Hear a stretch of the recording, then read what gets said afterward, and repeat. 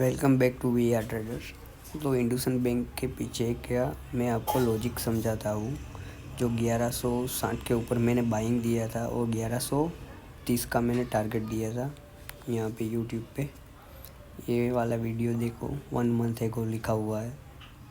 Target तो कब का पूरा हो गया, लेकिन इसका वीडियो में आज टाइम मिला तो आज आपको बना दे रहा हूँ।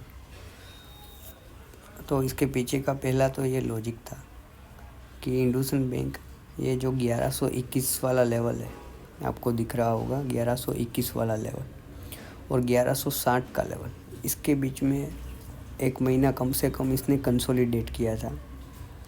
और 1160 के ऊपर की एक भी क्लोजिंग हमको मिली नहीं थी। यहाँ पे क्लोजिंग नहीं मिली, यहाँ पे भी क्लोजिंग नहीं मिली।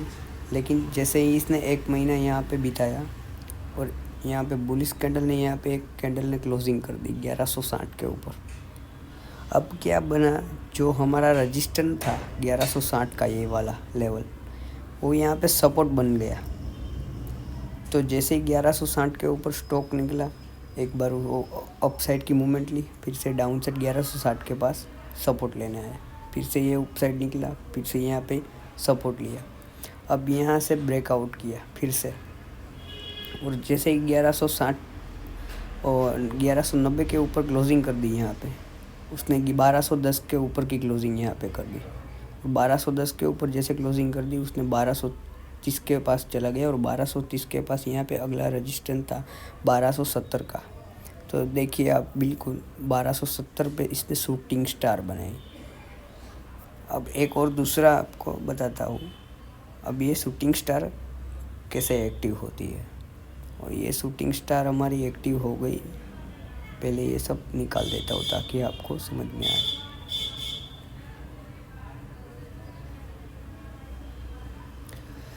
अब हमारा टारगेट तो कंफर्म अचीव हो ही गया, हमने जो दिया था वो टारगेट। अब यहाँ से गिरी क्यों ये बैंक, अब इसका भी लॉजिक आपको बताता हूँ। यहाँ पे हमको एक शूटिंग स्टार कैंडल दिख रही है। ये शूटिंग स्टार कैंडल टॉप पे बनती है हमेशा।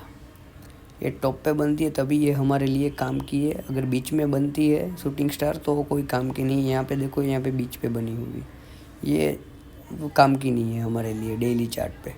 अगर हमको टॉप पे चाहिए तो ये वाली शूटिंग स्टार बढ़िया है। तो जैसे ही एक हमको वन वे रैली मिलती है, यहाँ पे शूटिंग स्टार कैंडल बनती है। अब हमें शूटिंग स्टार के नीचे का क्लोज चाहिए, तो ये कैंडल ने हमने शूटिंग स्टार के नीचे का क्लोज दे दिया। तो जैसे ही शूटिंग स्टार के नीचे का क्लोज मिल गया, हमने यहाँ पे देखो एक और चीज़, ट्रेड लाइन भी यहाँ पे बन रही है। यहाँ पे आपको एक ट्रेड लाइन भी दिखाता हूँ।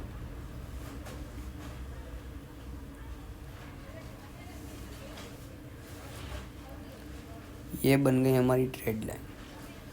अब शूटिंग स्टार के नीचे जैसे ही निकला, यहाँ पे हमारी कैंडल क्लोज भी कर दी। क्लोज करने के बाद यहाँ पे देखो, अब जैसे ही इसने यहाँ पे एक रजिस्टेंस बनाया, यहाँ से वन डे में गिरना स्टार्ट हुआ और ये ट्रेड लाइन को भी ब्रेक कर दिया। तो यही लॉजिक था 1130 के ऊपर 1160 के ऊपर आपको 1230 का टारगेट देने का। दूसरा कोई लॉजिक नहीं था। अब सिंपल लॉजिक हमको क्या देखना है डेली चार्ट में, अगर हम ऐसे ही किसी स्टॉक को प्रिडिक्ट कर रहे हैं तो सिंपल लॉजिक हमें किसी भी बड़ी गिरावट, यानी कि यहाँ पे आप देख सकते हो बड़ी गिरावट मिली, बड़ी गिरावट मिलने के बाद हमको ऐसी रेंज चाहिए, ये स्टॉक रेंज बनाने चाहिए। और कम से कम 15 दिन, 20 दिन, 10 दिन का तो ये होना ही चाहिए टाइम। उससे ज़्यादा होगा तो बहुत ही बढ़िया काम करेगा। और जैसे ही इस रेंज के ऊपर हमें स्टॉक क्लोजिंग चाहिए, यहाँ पे अगर ये क्लोजिंग मिलता है तो ही हम इसको बाई के लिए सजेस्ट करने वाले हैं, नहीं तो नहीं करने वाले हैं। जैसे यहाँ पे क्लोजिंग नहीं हुआ था, यहाँ पे दोनों कैंडल पे, अब यहाँ पे क्लोज हो गया। जैसे ही क्लोज किया, यहाँ से फिर से चलने लगा। उसी तरह की सिचुएशन अगर हम किसी स्टॉक में ढूंढते हो तो ये आपके लिए ब्रेकआउट हो गया डेली चार्ट में, और आपको इसको बाई कर लेना। और अगले जो कैंडल होती है यहाँ पे, ये देखो, वो टारगेट लगाना होता है। टारगेट हमारा बनता है अगली कैंडल का हाई। यहाँ पे एक हाई लगे थे और रिजेक्शन मिल रहा था, तो ये पहला टारगेट बन गया। यहाँ पे भी हाई लग रहे थे और रिजेक्शन बन रहा था, ये दूसरा टारगेट हमारा बन गया। और यहाँ पे हमको रजिस्टेंस मिल रहे थे, तो ये हमारा तीसरा टारगेट बन गया। और चौथा टारगेट डे हाई आया, यहाँ पे देखो ये चौथा टारगेट मिल गया।